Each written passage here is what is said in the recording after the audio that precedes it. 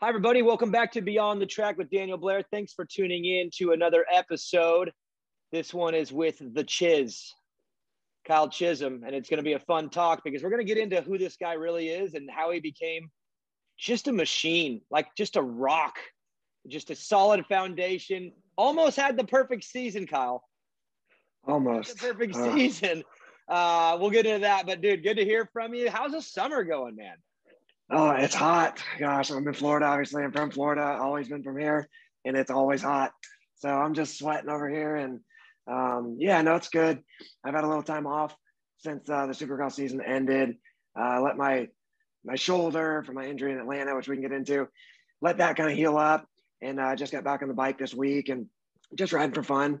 So it was nice to have a little bit of time off and just kind of recoup and, like I said, heal up. Spend time with the kids and the family, and now I'm already kind of like, I got to get back riding. I miss riding. So it's been a good summer so far. All right, so we got to talk about the shoulder and the injury, and I got to bring you up to speed on what happened in that moment. So I'm in a group text with Mathis. I'm in a couple of them, but the one I'm specifically thinking here is Mathis, Jason Thomas, Jason Wygant, Paul Parabinos. We're all Team Chiz loyalists, fans, and dude, it was devastating when you went down in Atlanta. We were all, the group text was like, it was the saddest we all collectively been ever, because we all believed you were going to run the whole table, no problems, whatever. What happened, dude? What happened? Just a bummer. Like, I really would have liked to finish out like what you said, and like the first Atlanta, I felt really good, but I was sick like the week leading up to that first one, and I was running top 10 for like half the main event. And then just hit a wall. I lost like almost 10 pounds the week leading up to Atlanta 1. So I was not feeling very good, not feeling very strong.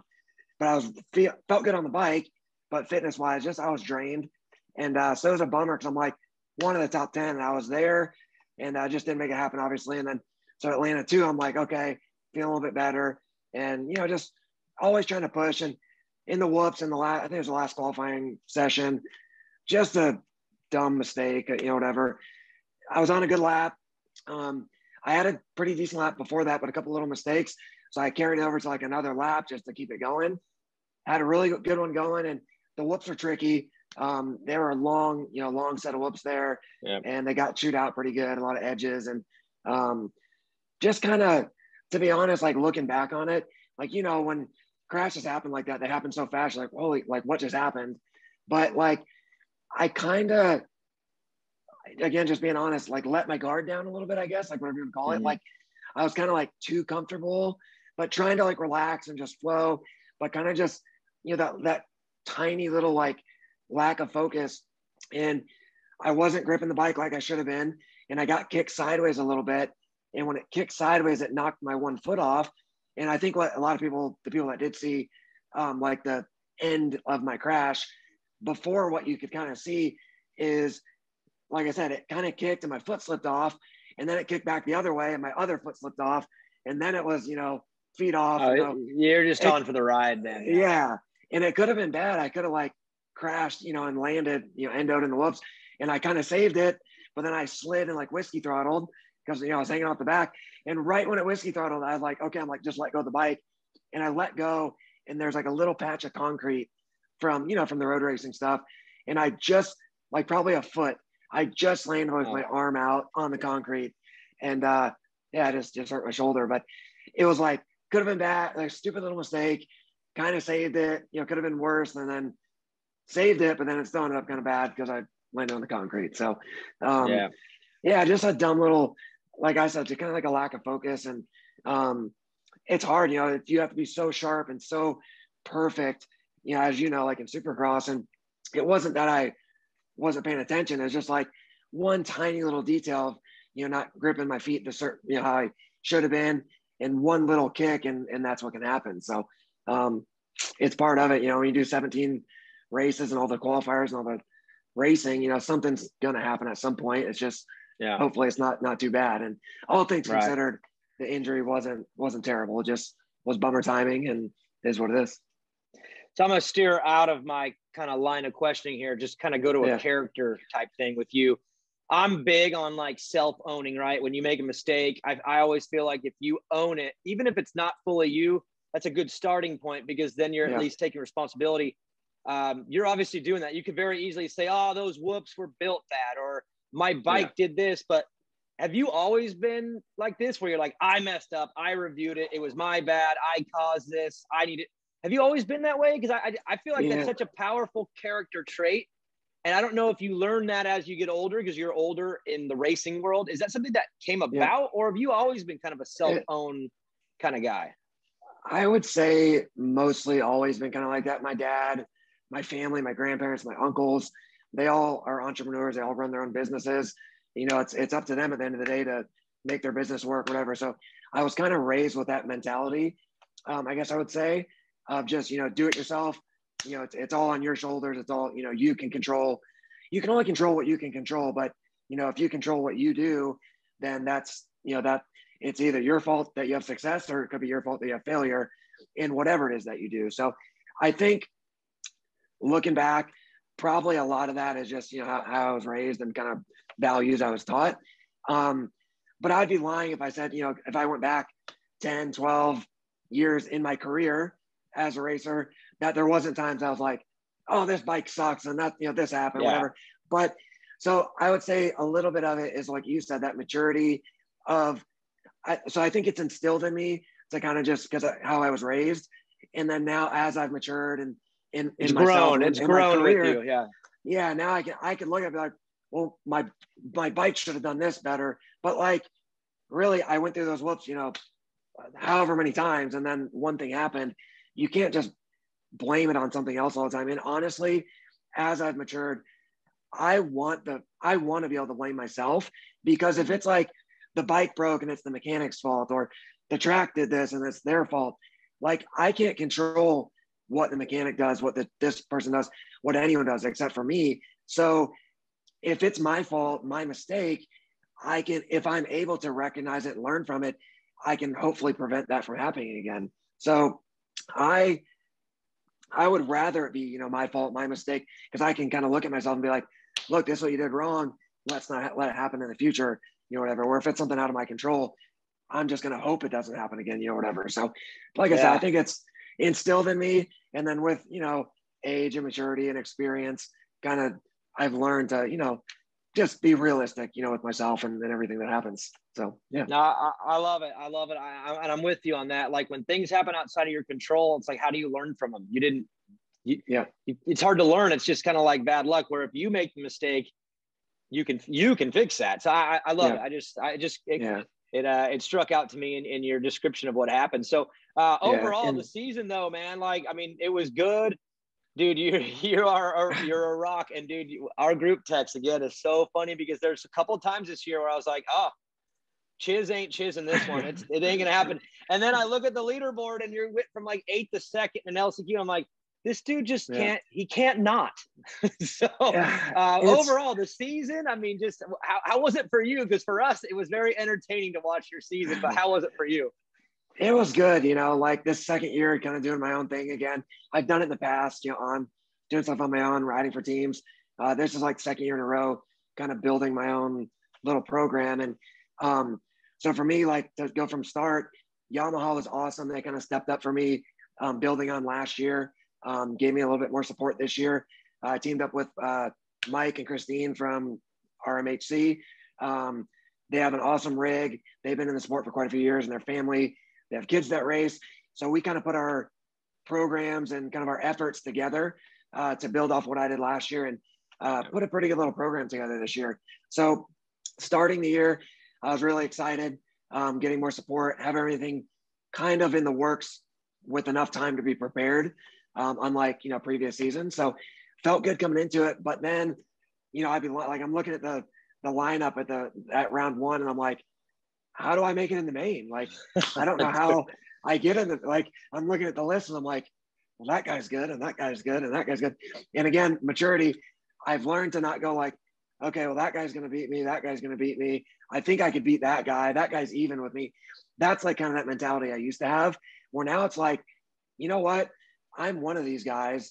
And sure, I might not sit here and go, oh, Ken Rocks and Tomac, I'm going to beat those guys. But you know what?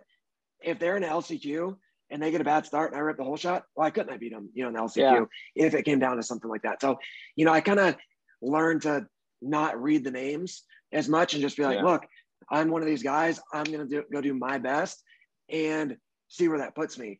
So back to the season, just really excited, have a good little effort coming into the season. But like I said, it's super tough because there's so many guys. But fast forward now through the season, aside from the little injury in Atlanta, missing those 2 or 3 races, man, I was in every main event, made it out of the heat race quite a few times, trying to avoid the LCQs whenever I can, because they're not fun, they're stressful, but it's part of it. You got to accept it when you do them. But overall, I would say it was successful. I really wanted a top 10. Like I said, we were close there a little bit, but a lot of top 15s. I think without my injury too, provided I performed the same at those other races, should have been, I think, like around top 15 in points, but just outside of that. And but I think just being in that main event, being in the battle every week with that list of guys was a big accomplishment, for putting our own little program together. And like I said, I'm one of the older guys, obviously. Like, I wouldn't say minimal effort, but minimal support. A huge effort, but minimal support going against that list of guys to be in with them every week was definitely satisfying. You always want to do better, but definitely that's the goal, is to be in that race every week, because that's what matters. I was happy with the season. I mean, let's talk about that pecking order a little bit, because this is something that I kind of learned too. And I'm bummed because it felt like it came late for me to understand this, but you talk about that pecking order, right?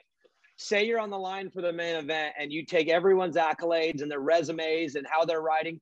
Yeah, you could take 22 guys and put them all in order of what the pecking order should be. Yeah. Does it ever line up that way at the end of the race? It never does. So I kind of learned that late too. Like, if you're the 15th fastest guy in this race, you could still get an 8th. And if you're the 5th fastest guy, you could get a 12th. Things happen. Is that something, again, that you had to learn later and realize that, hey, I might be the 12th fastest guy in this heat race, but I can go get 7th or 8th, because things happen in a dirt bike race. And as long as you don't psych yourself out and get in your own way, why can't you be the guy in the pecking order that goes above your spot? Because someone's going below, someone's going above. Why can't you be that guy? Is that just a mental understanding? Yeah, I think so. And it's exactly like what you said. Like, what I'm trying to say too is, like, if I go to the heat race and I qualified, 22nd, I have 11th gate pick, and they only take the top 9, I used to be like, okay, well, I'm not going to get top 9 because I can't. But then now I'm like, I'm 11th. Well, I'm 11th. I'm going to get 11th. Yeah. Now I'm like, okay, well, there's 15 fast guys and I have 11th gate pick, but that means I got to go beat some of these guys. The gate drops at the same time for everybody, and the race is the same amount of time. How good can I go do? So I've just learned to change that mentality. And like you said, for you, unfortunately, I wish I kind of was able to recognize, learn.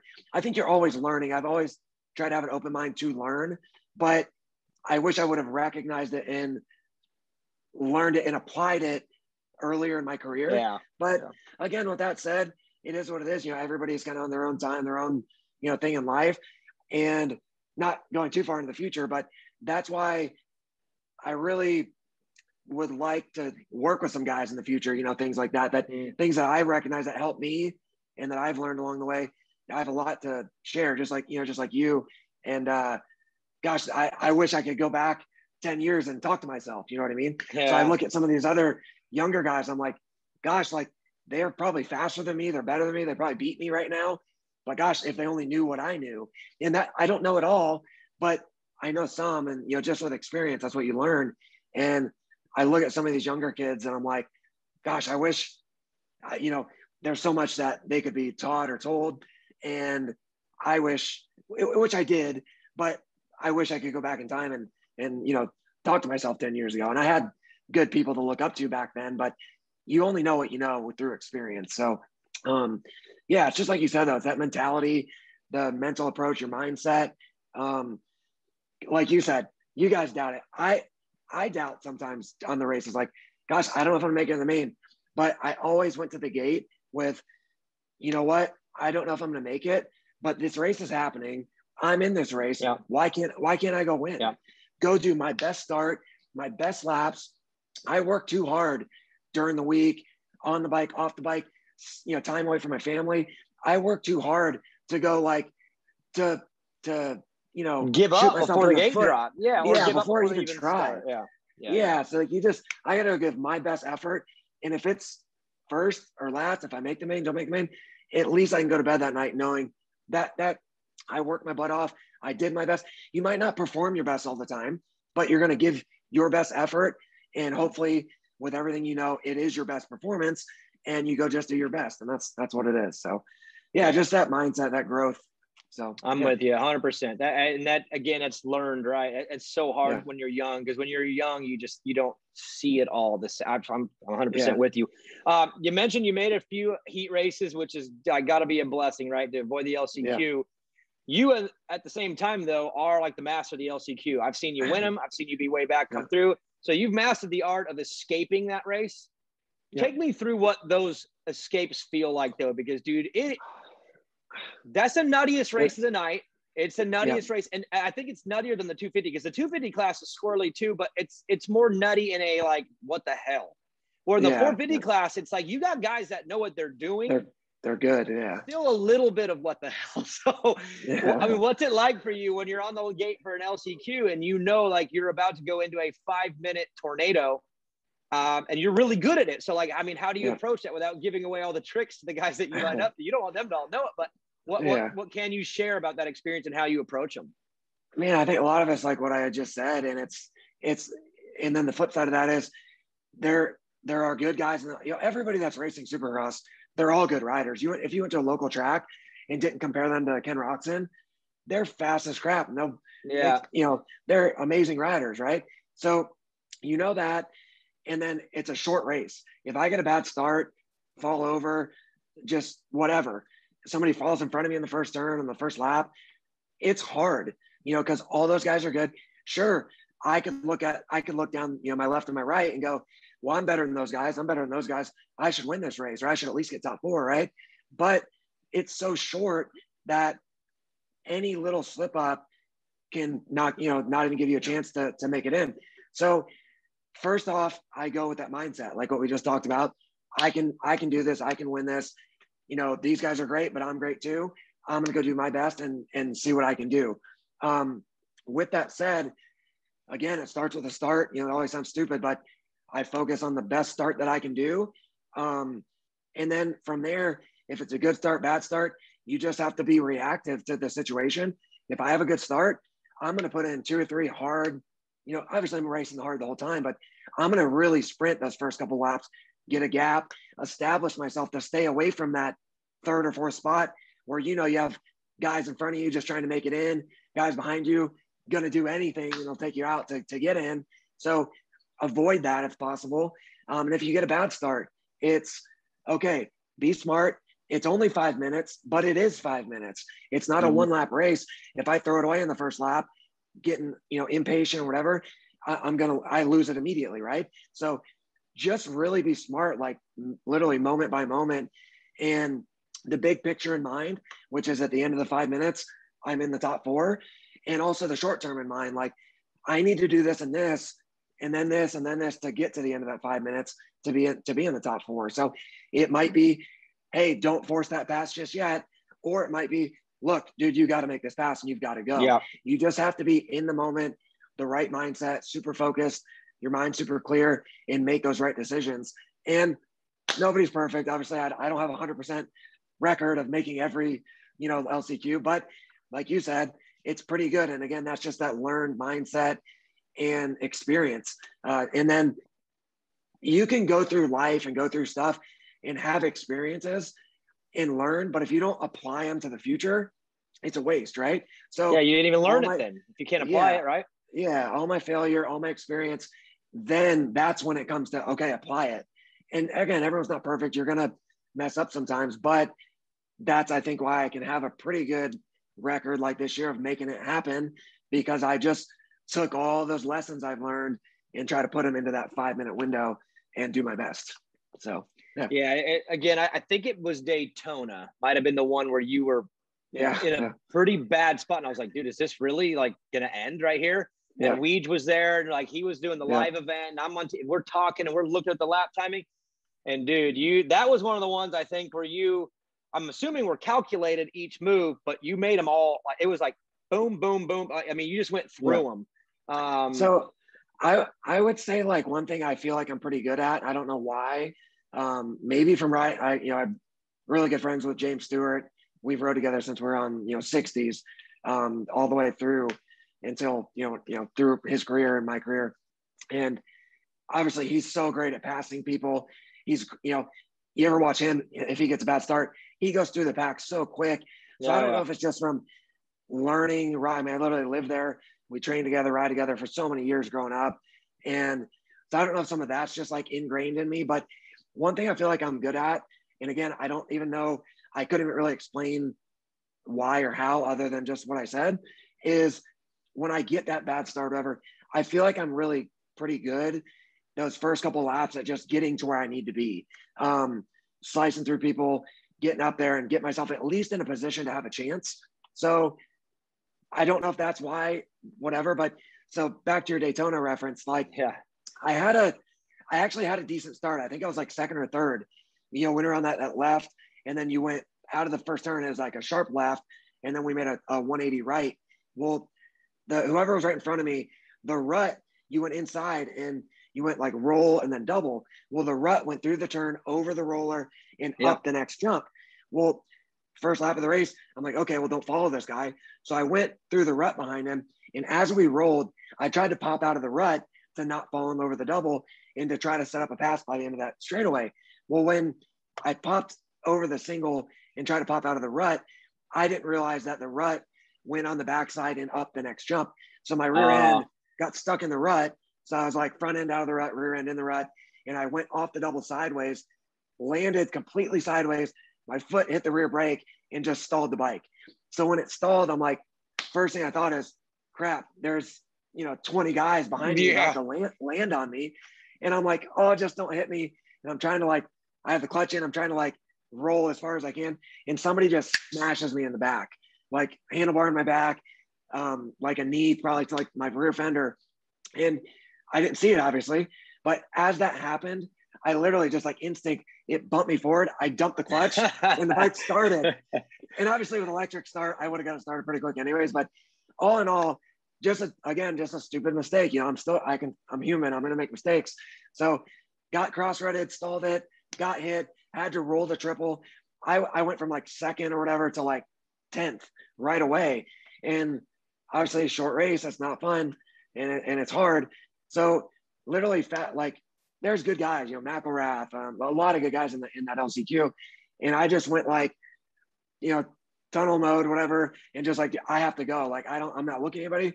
I'm going. I don't want to say panicking because I'm not panicking, but it would be you're panicked and you just have to go where you're going. Right? Just straight urgency, right? Urgency. Yep. Gotta go. Just going, right? So I go through, I literally look back, I passed McElrath 2 turns later, past him. He didn't make the main that night. I passed him 2 turns after that happened. And I just went through guys and I got to where I needed to be and I made it happen. So I don't know. I feel like for me, it's I'm up there to make it in the main, and that's not just making the main, but I'm in there to do my best for the night.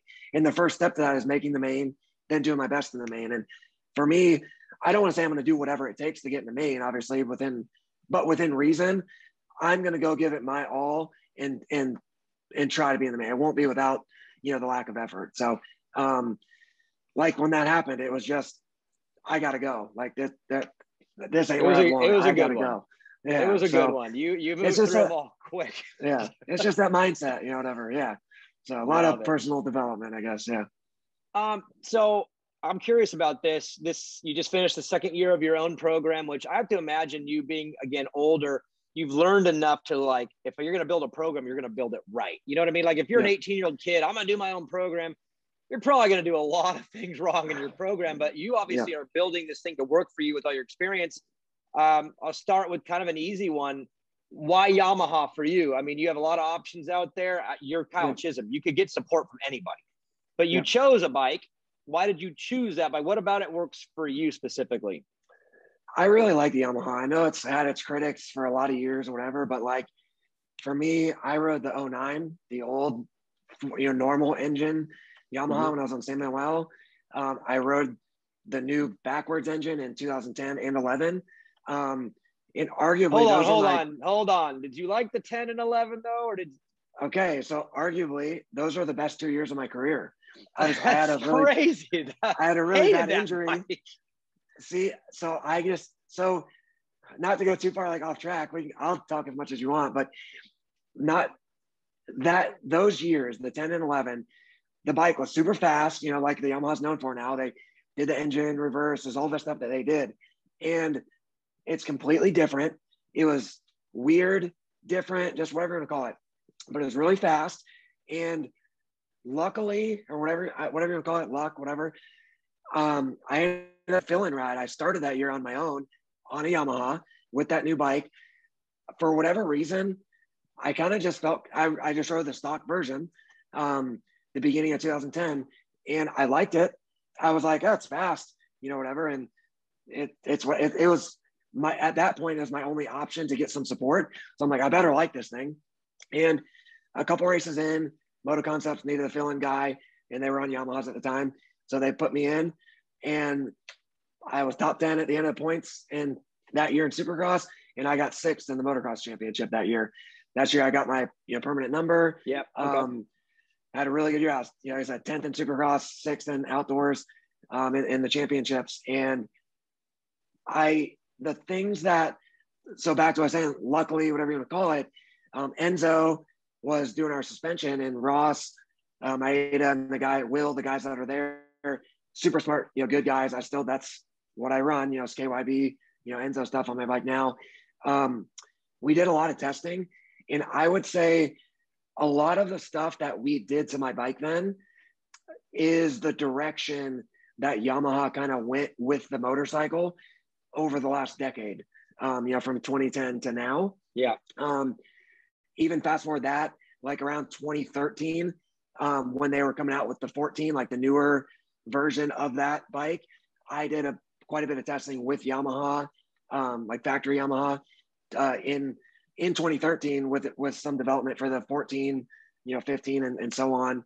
So for me, I've had success on the bike. I've rode Yamaha more than any other bike in my pro career, Kawasaki in my amateur career, as you can see some of the stuff behind me, but Kawasaki all the way through there. But most of my pro career has been on a Yamaha. So back in that 2010, 2011, we just found some stuff that worked. I got really comfortable with what it was, and I had a really successful year in 2010. 2011, I was actually on pace and doing even better than I was in 2010. And I had a chain break and a bike crash. That's what hurt my lung and my throat stuff and that whole story.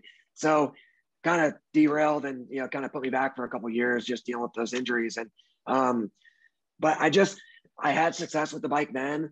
I've rode it a lot during my career. And I've always liked it. And every change that they've done, like I said, I was a part of some of it. Every change that they've done with the motorcycle has just made it better and better and better. So I've always kind of gelled with it. I always have felt good on it, just kind of initially. And where the bike is now, the new bike, the 2020, 21 version is just awesome. I know, I've said this a bunch. My bike is literally just completely stock. Yeah. It's got an FMF pipe. I went back and forth like with Recluse with the clutch. The stock clutch is really good. The Recluse is really good as well. They really work really similar to me. The stock one's really good. I get some really good support from Recluse. And if it wasn't as good, I wouldn't run it. They're both awesome. But literally, other than the pipe and the clutch, I put Pro 6, race fuel in it. And sometimes it's literally stock. Sometimes pump gas. Sometimes pump gas when we need to lower the power down. Yes. Yep. Daytona, I've done this story. I was like, it's revving too quick. I don't want to change gearing. Let's throw pump gas in it, because I practiced with pump gas, and that Pro 6 just made it a little bit revvy, a little bit snappier. And then sand at Daytona, I'm like, I don't need it. I'm just spinning, and I didn't want to change my gearing. So I'm like, put pump gas in it. So no, the bike is it's really good. The suspension that comes on the Yamaha, and again, I'm not trying to sell the Yamaha, but I think a lot of people would agree. The suspension that comes on the Yamaha is really good. Yeah. I really personally like it. The motor is so good. It doesn't need anything. I could go I rode Suzuki's a couple years ago. I liked my Suzuki. I got it working good for me. I could continue down that. But I also looked at it like, okay, that engine, that stuff, it's going to need a little bit of work, to get it, maybe a little faster, a little more power, which most bikes do. But I'm like, man, the Yamaha, I don't need to do a lot to it. So from like a reliability, engine rebuild standpoint, I went last year in 2020, I went the whole Supercross season on my race bike. I didn't take the engine apart one time. Same piston, same everything for all 17 races. This year, we had that break between Dallas and Atlanta. We had 2 weeks off. So we did a top end in my bike just because I had more support from Yamaha. I had the parts. Let's throw a piston in. I didn't need it. Hey, but we stepped it up in 2021. Yeah, did a top end change, dude. Yeah, so we did a top end change. So I'm like, so for me, the Yamaha, it's just such a good package from the get-go. And as a privateer on a small budget, I don't need to spend $5,000 per engine for 3 bike, 2 race engines, a practice engine, all this stuff, kit suspension, and just all that. Sure, maybe I could do a little better, whatever, with some of that stuff, but like, I really don't think it would make that big of a difference from just the bike standpoint, because the bike is awesome and I can go do better even with what I have. Now, the difference is if I got to fill in at factory Yamaha, I wouldn't say it's just the bike that would make me better. It would be like the program that would make you better. It's like the endless, like, hey, I want to make a suspension change. Well, they have a guy there to do it. I want to adjust the engine for this track a little bit, a little more bottom, a little smoother. It's like they have people there, that team of people around you to help you with that.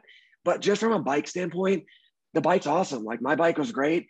I don't think my bike held me back at all.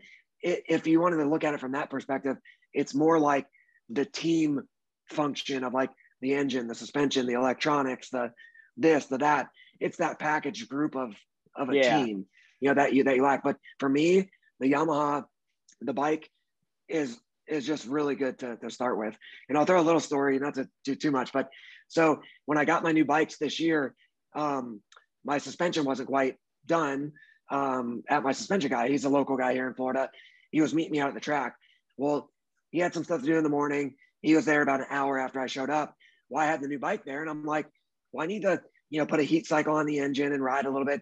Maybe I'll go ride, tighten the spokes, make sure everything stays tight before he gets here to throw my suspension on to do some suspension stuff. So I rode the outdoor track for like 5-10 minutes, took a little, let it cool down, checked everything. And I'm like, looking at the Supercross track, I'm at Moto Sandbox, where I train. And I'm like, guys are riding Supercross. I'm like, I'm going to just go double stuff on the Supercross track, just mess around. Obviously just being impatient and, excited. Yep. I go, and I've ridden the track before because the track from the previous year just to start, getting into Supercross. And long story short, 5 minutes later, I'm skimming the whoops, jumping everything, tripling the rhythms, everything that I would do on bone stocks. Literally the bike, obviously I put my handlebars on and we put a different sprocket and chain on, but same sprocket, a 49, and just, I run firepower chains. So like as stock as you can get, literally didn't turn a clicker, just off the showroom floor, skimming the whoops on the Supercross track, doing everything. And like, for me, I'm like, the bike is so good. Like the average consumer they don't need anything on a 450. It's so good. So the fact that I can do that, for me, it's just like, I don't need to worry about the bike. I like the Yamaha. It's super good. It's reliable. And I don't need to do a bunch of work to it to make it competitive. So yeah, no, it's good for me. I really like it. I mean, definitely. I mean, again, it comes down to comfort, and it's not just comfort on the bike. Sometimes it's comfort in the whole program. So again, if you don't have to worry about things, that takes a lot of stress off on when do I got to do a top end, and the Yamahas are reliable. They are bulletproof bikes, man. So I get that part. Now, if you're going to race Supercross, there's 2 parts to this. Number one is the bike you choose. And then the second thing is the sponsors that you get to help you do the program. When you go to Supercross, you see Monster everywhere. You see Red Bull everywhere. You see Rockstar. Not Team Chiz, though. Team Chiz has a human being as his sponsor. Monster, Red Bull, Rockstar. Just explain how that, number one, happened and how that even works. Like, I mean, it's so oddball in like the coolest way ever. I just got to know how it happened. Yeah, so obviously I'm friends with Ricky Fowler, and for those that watch and maybe don't follow golf, he's a PGA, professional golfer, one of the best in the world. Huge in the golfing world. So, yeah, we just became friends, and he's been a part of my program for probably, gosh, quite a few years now. A lot. And it's a little bit of like that, you know, we're friends first, but obviously he's very successful in what he does. He's, like I said, one of the biggest golfers in the world, you know, when it comes to that sport. So obviously he does really well for himself and all that, but we're friends first. His family is just awesome people. His sister, brother-in-law, like my wife talks to Ricky's sister probably daily, weekly.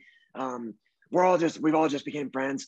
Ricky's parents, his dad still rides, you know, to this day. Ricky grew up riding, you know, motocross. Obviously he was good at golf, and that's the sport that he chose. And obviously he chose, chose right. Good choice, buddy. Yes, good choice. Obviously he's doing very good at it. So, yeah, but they live in Southern California. They're from, and his parents and stuff still live in Marietta, you know, 15 minutes from the test tracks and stuff. So, they're a racing kind of family. Like I said, obviously he chose golf and that's their life now, but they're still very active and following the sport. So we've just become friends, and like I said, we're friends first. So I never ask. I'm like, hey man, could you help me? It's more like, hey man, you know, here, I want to help this year. I want to do this or whatever. So it's kind of just become that. And obviously it's huge for me for running my own program. And I don't want to say a small budget, but like, it's not a huge budget. It's, you know, we're making work with what we have and what we can do. Yeah. So every little bit helps. So for him to come in, help financially a little bit with my program is awesome. But then just having him a part of the program brings that, you know, a little bit more spotlight to the program, which for me, you know, I'm done this long enough to kind of recognize that, you know, obviously financially it helps a little bit, but just from the outside, having him a part of the program with the big name that he has in the golfing world, is just it's a great benefit to everyone involved in my program. So, yeah, it's the face thing. I was trying to remember what I was going to say. So you said his face is on my bike. So if you haven't seen it, go on my Instagram, whatever. You guys have pictures, I'm sure. Go look at my bike. I just have his face on my shroud. And so that came about. Typically all the years past when we've worked together, I've always just run rickyfowler.com, which was his website, whatever. Well, this year he, you know, hey dude, I want to help you, whatever. I'm like, all right, awesome. I appreciate it. I'm getting graphics done. You know, do you just want rickyfowler.com like normal? What do you want? And he's like, kind of joking, but kind of like whatever. He's like, dude, I don't really use my website anymore for anything or just whatever. He's like, what if we just put my face on your bike? Like kind of joking. And I'm like, we're doing it. Let's do it. I'm like, let's do it. So I text my graphic guys and we're like going back and forth. He had to get stuff approved with like, you know, his legal people and just all that stuff. Yeah. And so it's a little bit of hoops to jump through. And then my graphic guys, Backyard Designs, they do my stuff and they send it to me. And I'm like, that's awesome. I sent it to Ricky. He's like, perfect, let's do it. So yeah, that's it. It was kind of a joke, but like I said, we usually just ran his website name. And he's like, dude, I don't really have a reason for it. He's like, what if we put my just face on your bike? That'd be kind of funny. I'm like, let's do it. So I like just blew it up and put it on there. And every week people come by and some people know who he is, some people don't, but right. It sparks that conversation and it's a good thing. So I thought it was hilarious when I saw your bike. I don't know if it was at Houston or Indy when I saw it up close. I can't remember, but I was like, I knew he was helping, but I didn't. Yeah. I just didn't know what it looked. And I was like, holy, he's got his face on his graphics. Okay, I love it. Like you don't see that often, but I think that's hilarious. And the tie-in is crazy too because he does have that racing background. Again, you said it. Yeah. He chose wisely. I mean, goodness. Yeah. But at the same time, it does bring up an interesting point. There's a lot of people that are fans of Supercross that you're like, wow, you know, I did a Beyond the Track with Lyle Lovett. And he's not just a fan, like, yeah, it's a cool thing to watch in the background. Like I couldn't believe the depth that he had. Yeah. And I'm assuming Ricky's the same way. Does he call you up to the races and he's like, bro, why were you not you should have been taking the left side and the look, like how involved is he? Because I get surprised when you see these like superstars that are so with it. Like there's depth to their knowledge. And I would assume he would be because he actually came from a racing background. Yeah, no, he is. And we'll text back and forth sometimes about his golf stuff or my racing stuff. Yeah, it's on and off. He's super busy, obviously, with what he does. But they watch every week. And like I said, they're moto people, at heart. He's a golfer, but their family's moto. So they're always, full on, into it, texting. His dad all the time texting, stuff like that. They're like, I swear his dad, like they'll come not this year because we weren't on the West Coast, but all the West Coast ones, like his family will come too. Even if he can't make it, like his dad and mom will be there. And his dad, I swear, is like, I've been with him at golf tournaments watching Ricky, and I've obviously seen him at races, to watch me. And when he's at the race, like at a Supercross, he is like just the biggest like moto fan. It's just crazy. I swear he's like more excited to be at the Supercross than he is at the golf tournament, whatever. So but no, it's always texting back and forth. And another cool thing is like, so I went, not this last year, but the year before, I went up to TPC Sawgrass, I think, the Players Championship up in Jacksonville to watch one of the days, like on a Thursday, and walked around with his parents and everybody.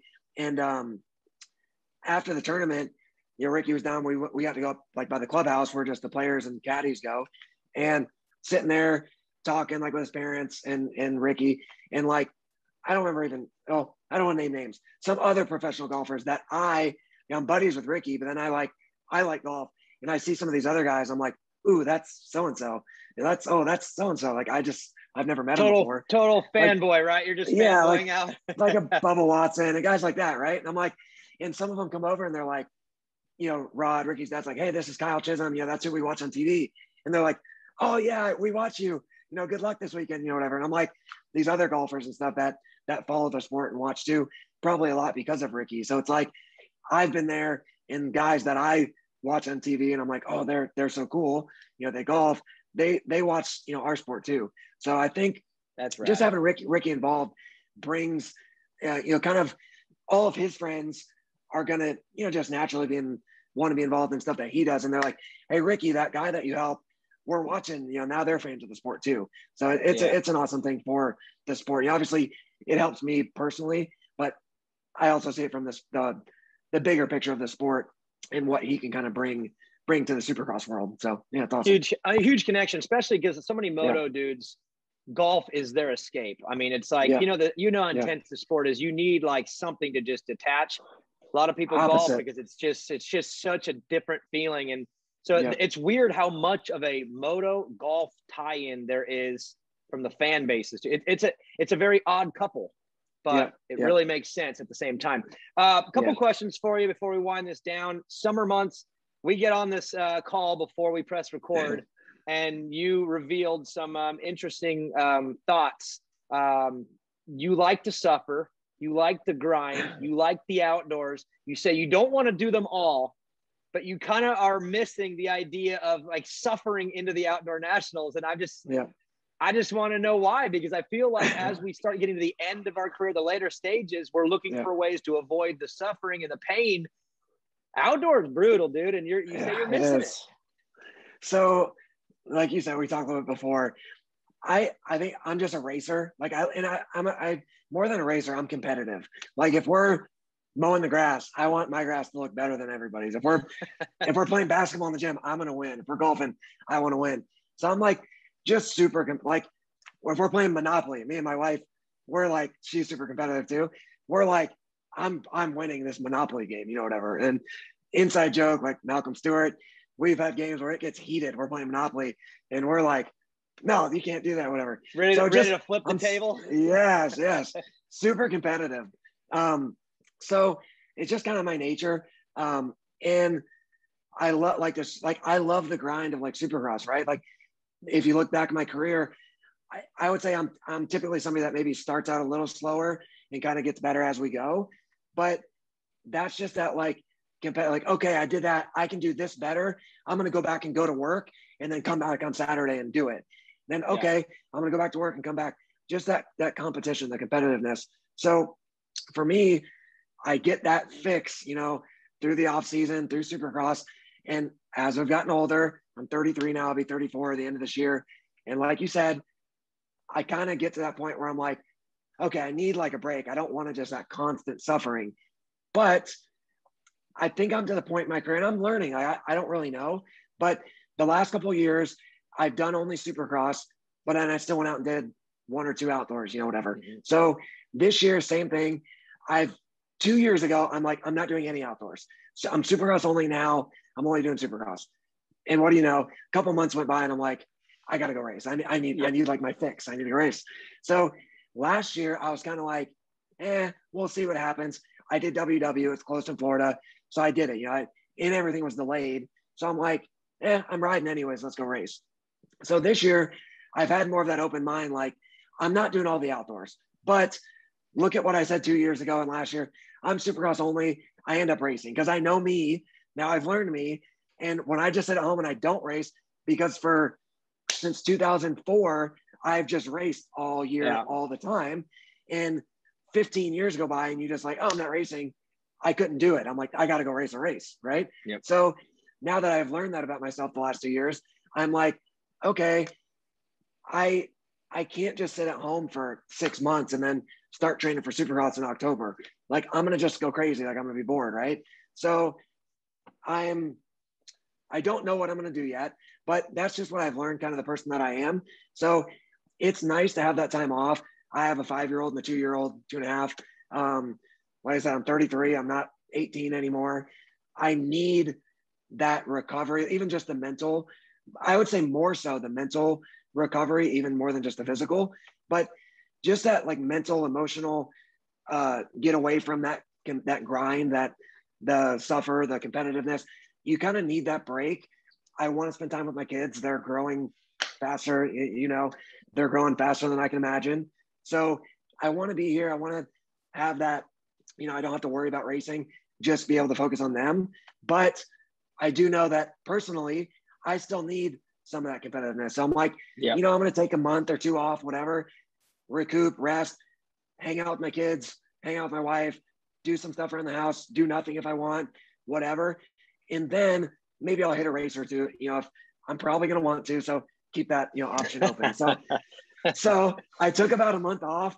In the last, I don't know, week or 2 weeks, I've been back to like, not super hard, but doing my cardio, doing my gym workouts, nothing like crazy or structured, but like back to kind of keeping that base built. Just churning it back up a little bit. Okay. Seeing how much do I really want to do this?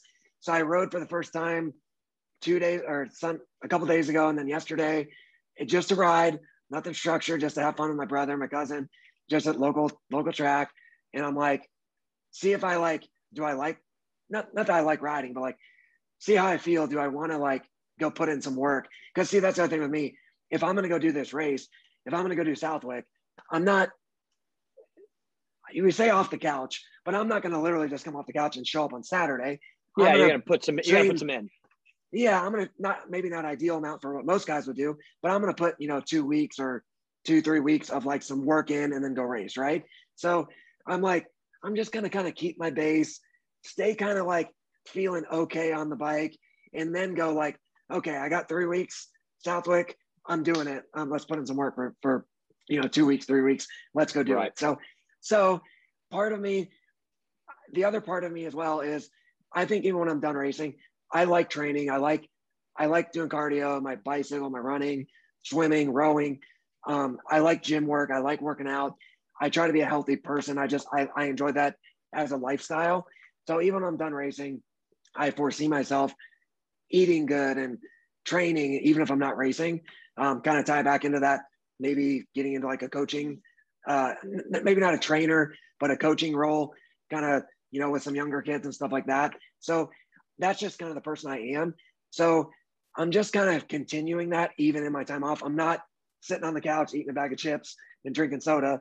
If I wanted to, I can, but I'm just not that person. So I'm just doing my thing, enjoying my kids, enjoying my time off, mentally, physically relaxing, and kind of just maintaining that little bit of physical exercise. And then if I want to do a race, I'm going to go, put my head down and bust my butt and go do it. So if I do one, it would be something of like a Redbud, Southwick, Millville, Butts Creek, maybe Ironman. Not all 5 of those by any means, but you could see me at 1 or 2 of those. Bro, if I did, it would be one of those. Redbud, Southwick are early in the schedule. It means you got to kind of make a call here pretty soon. Okay, so Southwick was supposed to be, I think, like the 26th, right? Now they bumped it back 2 weeks. So originally when the schedule came out, I was bummed because when I knew WW was off, which is kind of sandy and it's in Florida. So I'm like, if that's there, I'm for sure hitting that one, right? Yeah. Like that's the one that I'll go do. Well, with that not being there, I'm like, okay, what would I do? Well, Southwick, I don't necessarily like Southwick per se, but I typically do well. The sand, it's just a sufferfest, right? And I work hard, I train a lot, whatever. That's what I'm good at, whatever. Just that, not just smooth track, just about speed. It's like, you got to be in shape and just suffer. And I'm good in the sand. So it's like, that's what I would do. Well, I look at the schedule and I'm like, round 4, Southwick. And I'm like, gosh, it's in June. No way. You're like, Supercross over May. I don't get my time off.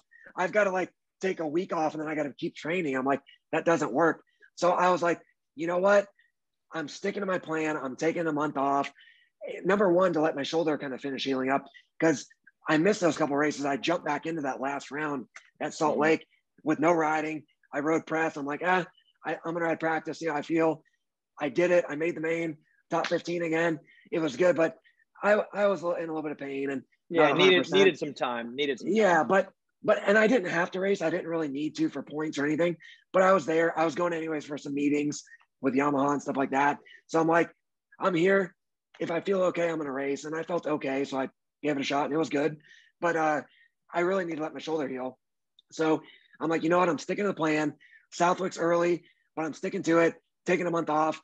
I'm not doing anything, no training, no riding, no nothing. And I pretty much did that.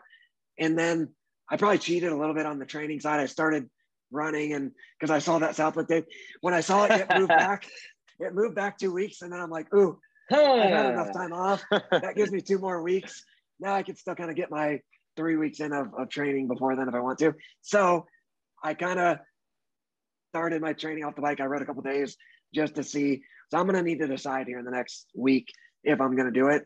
But like I said, even if I do it, it's going to be, I've learned that my main focus is Supercross and I'm a better person and a better athlete by giving myself that time off at this stage of my career. And let's face it, if I go get top 10s every week outdoors, there's so many good riders and there's not enough good rides. It's not going to do a whole lot for me in the outdoor season. Maybe if I'm winning or on the podium, obviously, but like, I'm not going to get a ride next year by getting top 10s every week. I'm going to build on my program and whatever. So I've kind of learned that letting myself heal mentally, physically, it makes me motivated to be ready for Supercross. Like if I just stayed on that grind all the way until September, I'm going to need that month or 2 off. And then I'm not prepared for Supercross. It'll ruin January. It'll ruin January for you, especially the way you know yourself. Yeah. So you're going to, it's going to ruin the whole calendar pretty much. Yeah, exactly. So I've had some time off. I might put, a month of work in and go do 1 or 2 of those races. And I can still go back and then take a month off again, and then, October or whatever, get back into the swing of my main training for the upcoming year, in January. So I want the time off, but I'm a competitive person. That kind of fills that void for me hitting one of those 2 races. I like the training, which is why I like the suffering. So like I said, kind of full circle.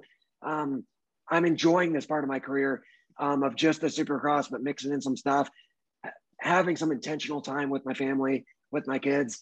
And I think to kind of bring it full circle, I think like we said, my success, this year, last year is kind of a product of learning myself, what works for me and kind of where I'm at. I'm in a good place and it allows me to kind of be my best at 33, maybe not the best of my career, but my best at 33 to go do it on the weekend for the Supercross season, which is, what the main focus was.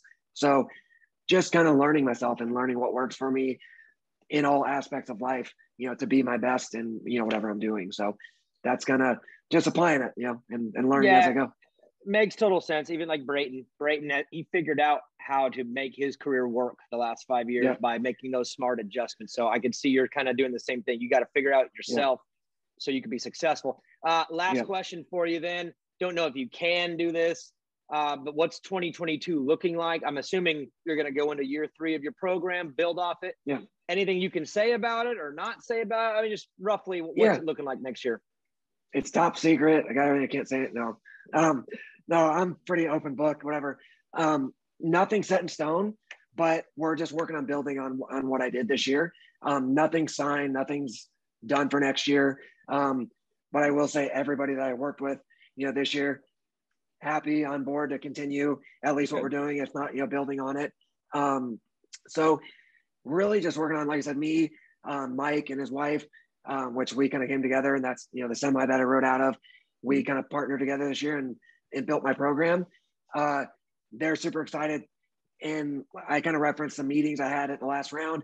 That was with some sponsor, Yamaha, and some other sponsors and stuff like that, just to kind of, hey, okay, the season's over. We came into the season not knowing what to expect, but we did the best we could with what we had. We felt like it was pretty good, but we want to make it even better, right? So we're looking to hopefully, get even more support, and we'd love to have another rider or two, under the truck with us. So maybe it's me and another 450 guy, another 250 guy, or maybe a combination or whatever. But we really have that same kind of goal and mindset and vision of what we kind of see this whole thing becoming. So, and for me, it's something that we've talked about. Like, I don't know how much longer I'm going to race, but as long as I want to race and it makes sense and I'm enjoying the suffering and doing it and wanting to do it, I want to be able to. And it's something that we've both kind of talked about, me and Mike, and about maybe I race 1 more year, 2 more years, whatever, but something that we build that can be something that maybe I turn into being a co-owner / manager, whatever role I would maybe play, and just having a really good, solid team that maybe I'm not a rider for anymore, but I'm an owner and manager or whatever, and kind of turn it into something like that. And that's kind of Mike's whole plan. So for those that don't know, quickly, he was a driver for like Rock River, been involved in the sport on the pro level, involved with teams, and he has the means, he has a semi, and he wanted to just do his own thing and create a team. And that's what I was looking for. We kind of fit perfectly together this year, and we didn't know what to expect. But like I said, we put our efforts together this year and worked really well together. So as we went, we just really could see, like, man, we worked really well together. What he brings to the table is like what I lack, and what I bring to the table is what he lacks. So why can't we build this into something better? So we have that in the works. And it's tough, obviously, with the COVID stuff, hopefully getting better and getting back to some normal scheduling. So we're just looking to build on that and maybe bring another rider on or two, get more support and building on the team. So nothing set in stone, but that's what I'm looking to do. Hopefully on the Yamaha, hopefully with all the same sponsors. But yeah, like I said, we're working on it. So anyone that watches that wants to be a part of the program, hit me up, whatever. So we're looking to build on it.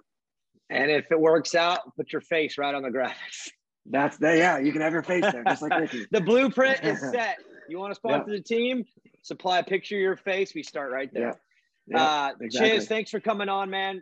Good talk, dude. I'm a big fan of what you have done and what you're still doing, dude. So thanks for coming on Beyond the Track. Enjoy your summer, and we'll see you at Southwick. I appreciate it. And just to give you a plug too, man, you've been awesome doing what you're doing, and getting the shot up in the booth. I was pumped for you because you really do an awesome job at what you're doing. So to see you, like what you've turned your racing career into what you're doing now, is, I don't know that it's necessarily the path that I would go.